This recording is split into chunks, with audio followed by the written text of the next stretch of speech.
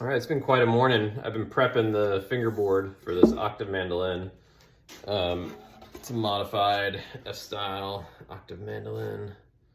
So a lot of prep work, leveling the fingerboard, getting the correct depth and width for each of the fret slots. And then I've roughly cut out the fret wire. This is for a couple octave mandolins. So a lot of prep work's done, foundation is laid, should be good. So now it's just, I'll just kind of show how I go about the next step. I just have some wire nippers and then fret tang nippers, which I'll explain in a minute. And then I just kind of keep a little file and hammer. So let's move this a little closer here. See what I'm doing. So you can see the fret wire is still a little oversized. I have it slightly overhanging on one end. So in this case, my reference side is going to be the treble side or the E string. And then so I'll take these pliers, which are flat on that cutting face, and I'll angle it out so that I don't overcut it over the fingerboard. And then I'll just kind of do that. And then I'll cut it someplace that's not over the instrument. I don't want to, trying to reduce the chance of any scratches or indentations from cut fret wire. So that sits well on both sides, a slight overhang, maybe like a millimeter, a little bit less.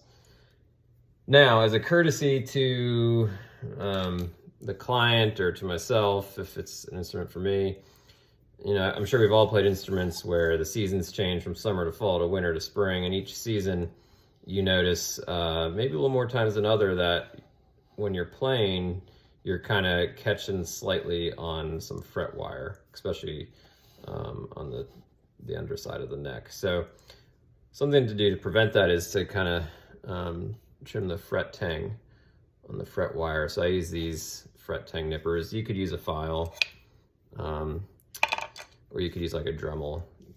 But after building, you know, almost 200 instruments, this was a worthy investment. So I'll just take a couple nibbles. Normally I do this not over the instrument, but for this instance, so you can see. I don't know if the camera's catching that, but you can see a little bit. So I'll do that on each side. Sometimes you'll then be left with a little bit of a burr. Right here you can see one. And that's when I'll take like a file and kind of pull it like that, or I'll use these flat-faced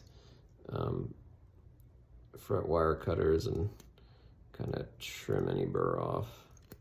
If you were to leave that burr when you're trying to set the fret, it's just going to act as a shim and prevent you from seating the fret nice and flush into the fingerboard. So again, it's like a puzzle, trying to make sure all the puzzle pieces fit nice.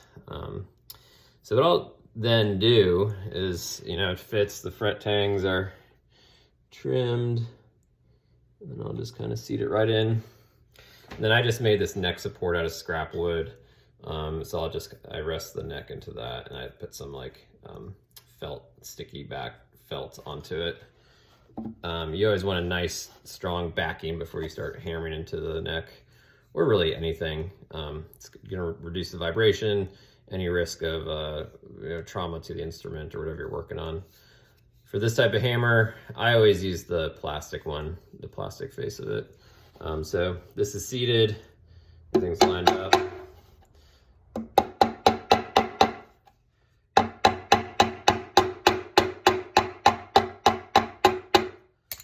So that's kind of it. It shouldn't take much. And then I always kind of look down the length of it and just kind of make sure there's no gaps, that all the crown is sitting flush against the ebony. It looks good. I won't stress too much of that at this point because it's recognizing that throughout the length of the entire fingerboard with hammering all the frets in, inevitably something could become kind of loose, and you'll have to kind of reset it just a little bit. So, but that looks good. And And I'm gonna do that for the rest of the fingerboard here, but that's more or less my process for installing fret wire. I'll do a few more examples because I know it's really exciting to watch.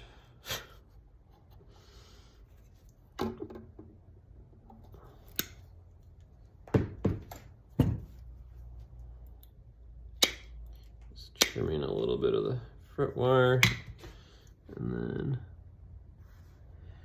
I've already cleaned out the fret slots, and I've applied just a wax to the fingerboard.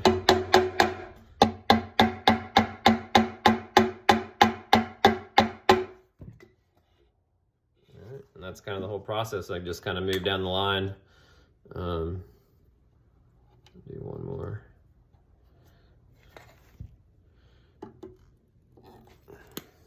Try to work methodically.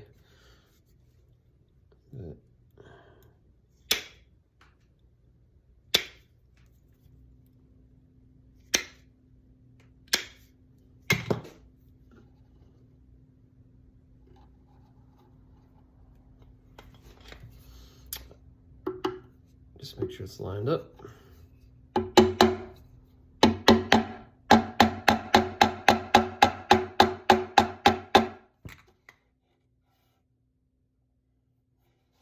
Looks good.